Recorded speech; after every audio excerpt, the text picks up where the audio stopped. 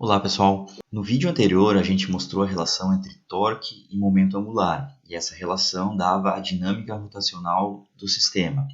Nesse vídeo a gente começa a resolver essa dinâmica rotacional, pelo menos no caso mais simples, que é o caso em que o torque externo sobre o sistema ou alguma direção desse torque se anula. Quando isso acontece, a gente vai ver que a gente mantém o momento angular constante, ou seja, ocorre a conservação do momento angular. Certo? Então vamos lá. A equação da dinâmica de rotações do sistema é essa. Taxa de variação do momento angular em relação a um dado ponto é igual ao torque total externo em relação a esse mesmo ponto. Agora vamos considerar a seguinte situação.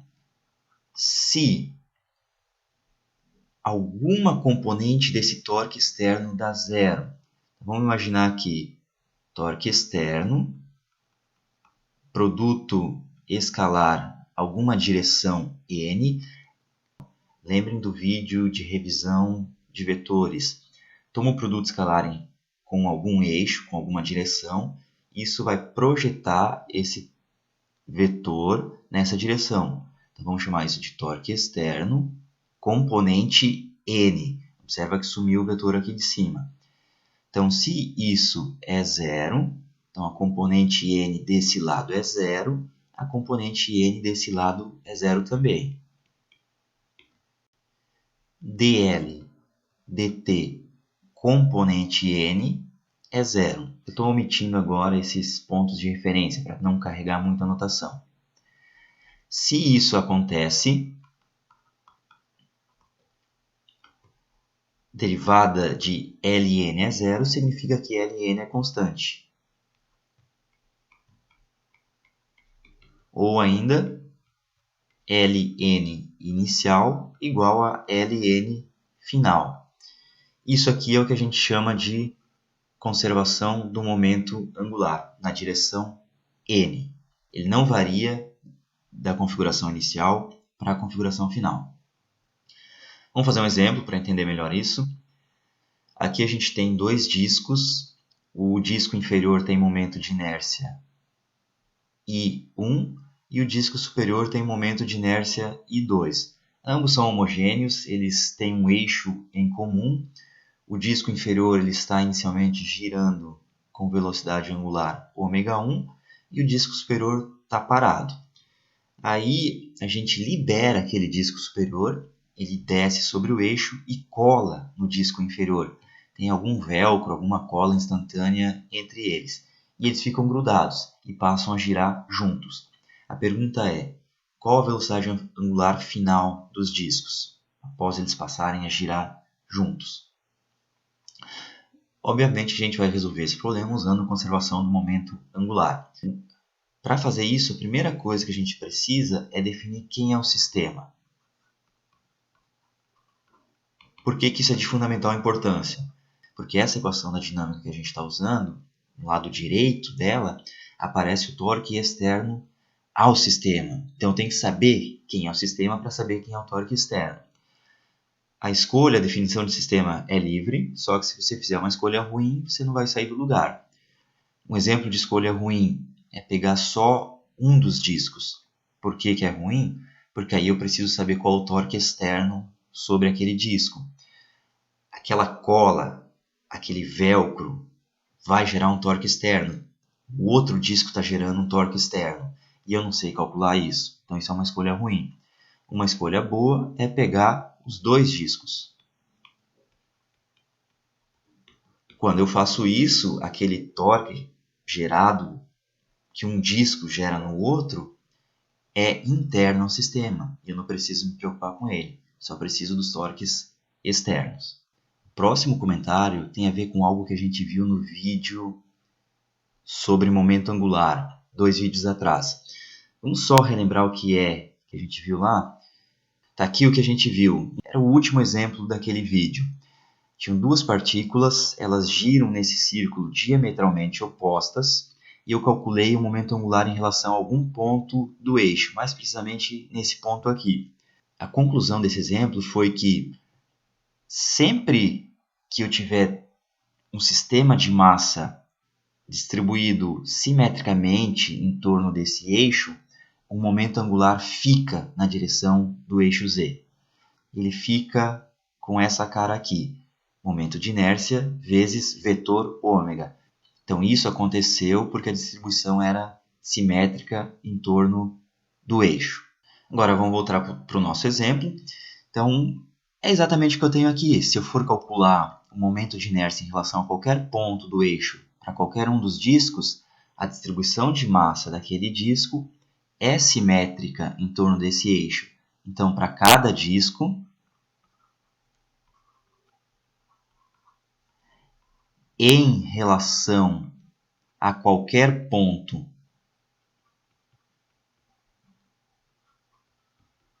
sobre o eixo, a gente tem momento angular em relação àquele ponto é igual a momento de inércia em relação ao eixo, vamos chamar esse eixo de eixo z, vezes velocidade angular. Esse ômega aqui é ômega k. E é justamente esse ômega que a gente quer encontrar. Tá? Se é justamente esse ômega que a gente quer encontrar, é justamente esse momento angular aqui que a gente está interessado. Observa que todo momento angular está na direção z, então eu quero saber se esse momento angular varia ou não varia. Então eu tenho que olhar para o torque na direção z. Então o que a gente vai se perguntar agora é: tem torque na direção z? Torque externo sobre o sistema.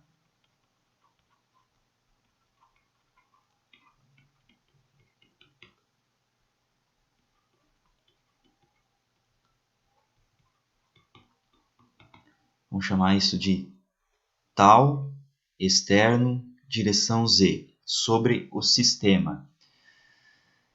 Não. Quais são as forças externas sobre o sistema? Tem força da gravidade, tem a força normal, se tiver uma mesa aqui embaixo. Tanto a gravidade cancela com a força normal, além disso elas estão no eixo z, um eventual torque seria perpendicular a z. Então não tem nenhum torque externo atuando na direção z. Nesse sistema em particular não tem nenhum torque externo em nenhuma direção. Então torque externo em z é zero. Isso implica que a variação do momento angular na direção z para o sistema é igual a zero. Ou seja, Lz inicial é igual a Lz final. E aí a gente escolhe duas configurações, a inicial e a final, e aplica essa equação aqui. Qual vai ser a configuração inicial? Quando o disco superior está parado e o de baixo está rodando. Então vai ser antes dos discos grudarem. E a configuração final, após os discos grudarem. Então, quanto vale momento angular na direção z inicial? O momento angular do sistema como um todo, ele tem dois corpos, você soma o momento angular de cada corpo em relação ao mesmo ponto. Para cada corpo é I ômega. O corpo de cima, esse disco de cima, está parado, então não tem velocidade angular, não contribui para o momento angular. O de baixo roda com ômega 1.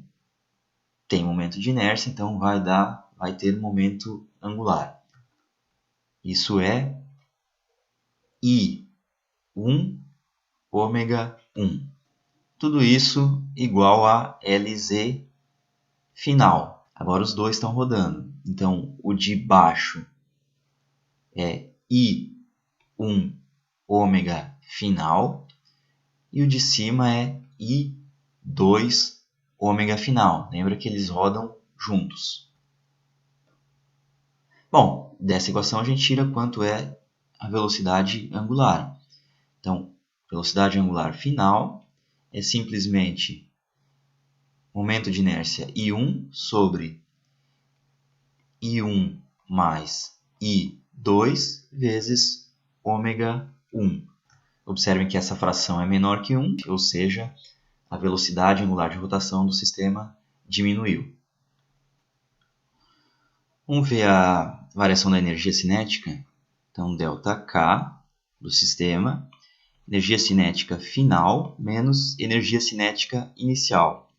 Energia cinética final, só tem rotação aqui, né? E os dois discos estão rodando. Ou você soma as duas, uma para cada disco, 1 meio de I1 ômega final ao quadrado mais 1 meio de I2 ômega final ao quadrado, ou simplesmente coloca o ômega final em evidência, então 1 meio de I do sistema como um todo, que é a soma dos dois momentos de inércia, ômega final ao quadrado, menos a energia cinética inicial, só o disco inferior está rodando, então 1 meio I1 ômega 1 ao quadrado. E aqui onde tem esse ômega final, a gente substitui isso aqui que a gente encontrou.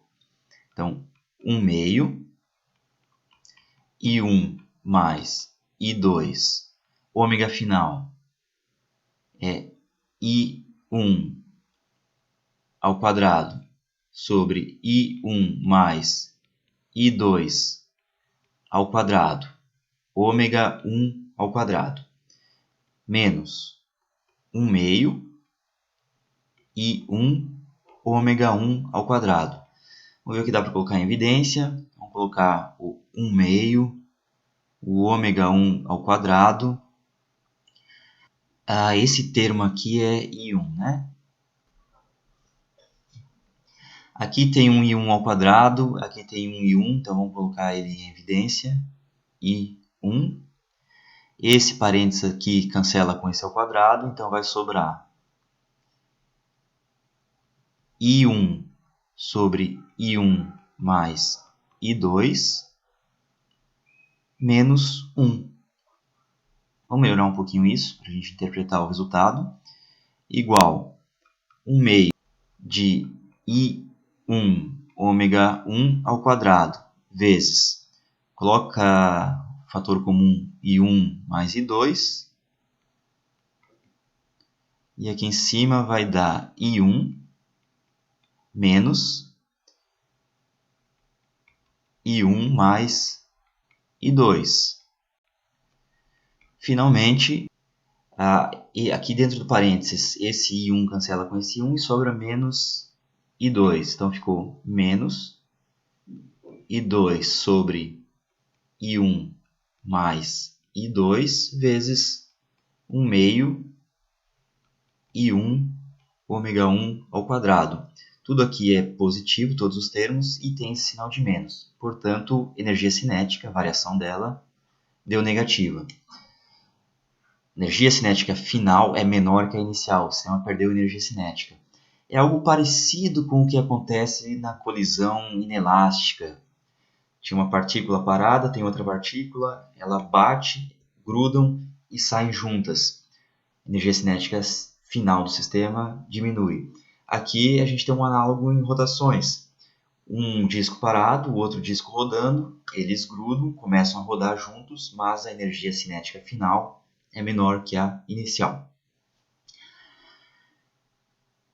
O próximo exemplo, a gente tem um disco homogêneo, massa M, raio R. Ele roda sem atrito no plano horizontal, é uma plataforma girante. Tá? O plano horizontal é o plano da tela. Ele roda em relação a esse eixo em verde. Está rodando nesse sentido com velocidade angular ômega I. Uma partícula de massa M inicialmente acoplada na borda do disco. Essa partícula aqui, em vermelho, é lançada com velocidade de magnitude V, fazendo um ângulo θ com a direção radial. Então imagine ter algum dispositivo colado aqui no disco, e esse dispositivo, um revólver, alguma coisa assim, ele lança uma partícula de massa M. O lançamento é fazendo um ângulo θ com a direção radial. Então a gente pode fazer algo desse tipo aqui. Ó. Ele é lançado nessa direção. Esse ângulo aqui é θ. A partícula saiu aqui, portanto, com velocidade v, de magnitude, né? Calcule a velocidade angular do disco após o lançamento. A gente vai assumir também que não tem nenhum tipo de atrito sobre o sistema. Bom, vamos chamar esse eixo aqui de eixo Z, saindo do plano da tela. O sistema está rodando aqui, algo que aconteceu no último exemplo. Essa distribuição é homogênea, é simétrica em torno desse eixo, então o momento angular desse sistema, do disco, em relação a um ponto aqui sobre o eixo, é simplesmente IZ vetor ômega. Se o momento angular está na direção Z, o ômega está na direção Z, e eu quero encontrar esse ômega, então eu tenho que saber como o momento angular, que está na direção Z, se comporta. E, portanto, eu tenho que olhar para o torque externo na direção Z. Sistema. Lembrem sempre definir o sistema. Posso pegar o sistema como sendo só o disco? Poder eu posso, mas aí vai ser complicado. Qual o torque que aquele dispositivo, que aquela partícula, durante o disparo, gerou sobre o disco? Não sei. Então, poder eu posso, mas não é útil. Então, a escolha útil aqui é o sistema sendo o disco mais a partícula de massa m. Quando eu faço isso, a interação entre os dois durante o disparo é interna, gera torques internos. E eu não preciso me preocupar com eles. Estou interessado no eixo Z. Tem algum torque na direção Z? Não, não tem torque sobre a direção Z. Externo, né? Então, torque externo em Z é igual a zero. E isso implica que o momento angular na direção Z se conserva. Lz inicial igual a Lz final. Esses momentos angulares eu estou calculando em relação ao centro do disco. Então, vamos lá. Qual é o momento angular inicial do sistema em relação ao centro do disco? O momento angular do disco mais o momento angular dessa partícula. O do disco é IZ vezes ômega. No caso, ômega I. Para a partícula, deixa eu abrir um parênteses aqui. O momento angular dessa partícula em relação a esse ponto, ou eu escrevo como I da partícula ômega I, estou pensando no caso inicial, né? Isso vai me dar m r ao quadrado, que é o raio do disco, vezes ômega I. Ou então eu posso escrever assim também. Esse aqui é o L da partícula, né? Ou então eu escrevo L da partícula como um módulo do raio vetor da partícula, que sai daqui e vai até a partícula, produto vetorial momento linear da partícula, que é o mv. Estou na configuração inicial, então a velocidade inicial está aqui, ó, tangenciando o disco. Então isso vai me dar R, o módulo do primeiro, o módulo do segundo é m vezes a velocidade tangencial, e a velocidade tangencial é R vezes ômega I, ela está colada no disco. Tá? Isso aqui é VI. Observa que os dois casos deu o mesmo resultado. Tá? Então vamos colocar aqui m r ao quadrado ômega I. Por outro lado, o Lz final. O disco roda, ele possui o mesmo momento de inércia, não mudou, IZ, só que a velocidade angular vai mudar, o que a gente quer encontrar, ômega F. E tem o momento angular da partícula. Tem que ter um pouquinho de cuidado agora, a velocidade está nessa direção. Vamos calcular assim então. L partícula final. Esse aqui era o inicial. Módulo de R final vetorial P final. A configuração final é exatamente após o disparo, um instante após o disparo. Então isso aqui vai ficar o módulo do primeiro, que é R, o módulo do segundo, que é MV, e o seno do ângulo entre eles. Ó, observa que no caso anterior, o ângulo era 90 graus, o seno dava 1. Agora o ângulo é θ. Então, seno θ. Então, isso aqui é mais M, R, V, seno θ. E igual as duas expressões. Esse momento de inércia do disco, a gente já pode escrever, é massa do disco, raio do disco, sobre 2. Então, igualando as duas expressões. Esse primeiro termo, eu vou colocar o R ao quadrado e o ômega I em evidência. Então, sobrou Mzão sobre 2 mais Mzinho vezes R ao quadrado ômega I é igual Mzão sobre 2 R ao quadrado ômega F mais Mzinho RV seno θ. E aí isolar o ômega F. M sobre 2 R ao quadrado ômega F igual Mzão sobre 2 mais Mzinho R ao quadrado ômega I menos Mzinho Rzão V seno θ. Multiplica tudo por 2, divide tudo por Mzão e Rzão ao quadrado. Quando eu dividir por Rzão ao quadrado, esse Rzão ao quadrado vai sumir.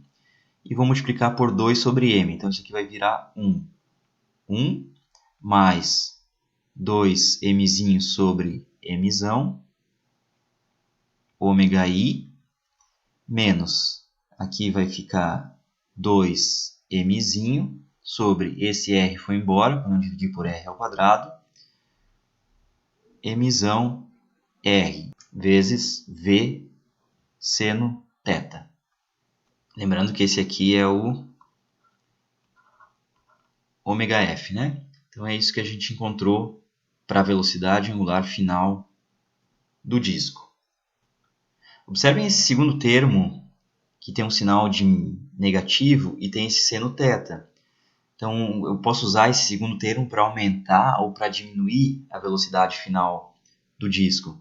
Então se eu der esse tiro com esse θ entre 0 e π, estou atirando para cima, para frente, o que vai acontecer? Esse seno ele vai ser positivo, e aí esse termo aqui vai ser negativo. Então, estou reduzindo a velocidade angular do disco. Quanto maior a velocidade desse tiro, também eu vou reduzir mais a velocidade angular do disco. Quanto maior a partícula que eu estou atirando, também eu reduzo mais. Por outro lado, se eu pegar um θ negativo, estou atirando aqui para baixo ou para trás, aí o seno de θ fica negativo, tem um sinal de menos, e isso vai me dar mais. Aí eu estou acelerando o disco, fazer ele rodar mais rápido. Além disso, também é sempre bom conferir a dimensão, né? E aqui fica fácil. Do lado esquerdo tem a dimensão de velocidade angular, do lado direito tem que ter a mesma coisa. Ó, aqui entre parênteses é a dimensional, e aqui tem velocidade angular, tá ok. Aqui eu tenho massa com massa, cortou, ficou 1 sobre R, mas eu tenho V aqui em cima. V sobre R é velocidade angular e o seno é dimensional. Então, dimensionalmente está correto também. Mais uma maneira de você encontrar algum erro no teu resultado. Bom, nesse último exemplo eu quero discutir um efeito aqui. Imagine que a gente tem uma nave espacial, ela está lá no espaço vazio, está distante de qualquer interação, então não tem força externa sobre ela, não tem torque externo sobre ela. Dentro dela tem um disco com massa, portanto com momento de inércia. Se eu fizer esse disco rodar numa direção, por exemplo, nessa direção aqui, eu escolhi uma velocidade angular constante. O que vai acontecer? Antes do disco rodar, a nave estava andando nessa direção, ela não tinha momento angular. O sistema, nave mais disco, não tinha momento angular em relação a esse ponto aqui. Ele não rodava. Mandei um comando de computador aqui da Terra, um motorzinho lá dentro da nave colocou o disco para girar, o disco começou a girar nesse sentido. No momento que esse disco gira nesse sentido, ele gera momento angular entrando no plano da tela. Usem a regra da mão direita. Os 4 dedos circulam a rotação do ômega e o polegar, façam isso, está entrando na tela, é o momento angular. Então gerou um momento angular aqui, mas o momento angular do sistema tem que ser conservado. O que vai acontecer? A nave vai girar no sentido oposto e girar o momento angular saindo da tela. Aí somos 2 momentos angulares, eles se cancelam. Então o disco gira aqui, ele está girando aqui, e a nave está girando aqui. Isso é bastante usado quando se quer alinhar com perfeição um sistema lá no espaço. Por exemplo, o telescópio Hubble. Quero alinhar ele perfeitamente numa direção. Tem que ser um alinhamento de 1 minuto de arco. Eu não consigo fazer isso com foguetes, né? Ligo um foguete aqui para fazer ela girar, mas aí eu tenho que, depois que eu desligo o foguete, ela continua girando. Tenho que ligar um outro foguete do outro lado para fazer ela parar. Fica complicado. Além disso, quanto de combustível eu vou queimar em cada foguetinho para fazer ela girar. O próprio combustível que está queimando ali gera gás que vai interferir na imagem do telescópio e assim por diante. Então a melhor maneira de orientar esse telescópio lá no espaço é usando esses discos. Pega vários deles em direções, em eixos diferentes, e aí você consegue rodar esse telescópio. No caso do telescópio Hubble, eu tenho aqui a página da NASA. Está aqui o telescópio. Aqui é como ele é por fora, né? E aqui é por dentro. Aqui tem esses discos, eles chamam de discos de reação, reaction wheels. Tem 4 deles. E conforme eu rodo esses 4 discos, eu vou orientando essa nave. Aqui também tem onde eles se encontram. Tem 2 aqui e 2 aqui. Aqui fala então que se um disco roda no sentido horário, o telescópio roda no sentido anti-horário, para conservar o momento angular. Fala também sobre o tamanho dos discos. Cada disco tem cerca de 2 pés de diâmetro, 66 centímetros de diâmetro, menor que um pneu de carro, uma roda de carro.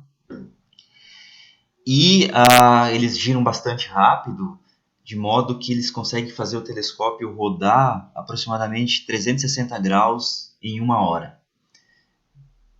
Princípio, conservação do momento angular. Então nesse vídeo é isso, pessoal. A gente viu o que é conservação do momento angular, como usar ela para encontrar velocidade angular de rotação. No próximo vídeo eu faço mais uma aplicação disso, vou falar um pouquinho sobre o movimento do giroscópio. Então até lá.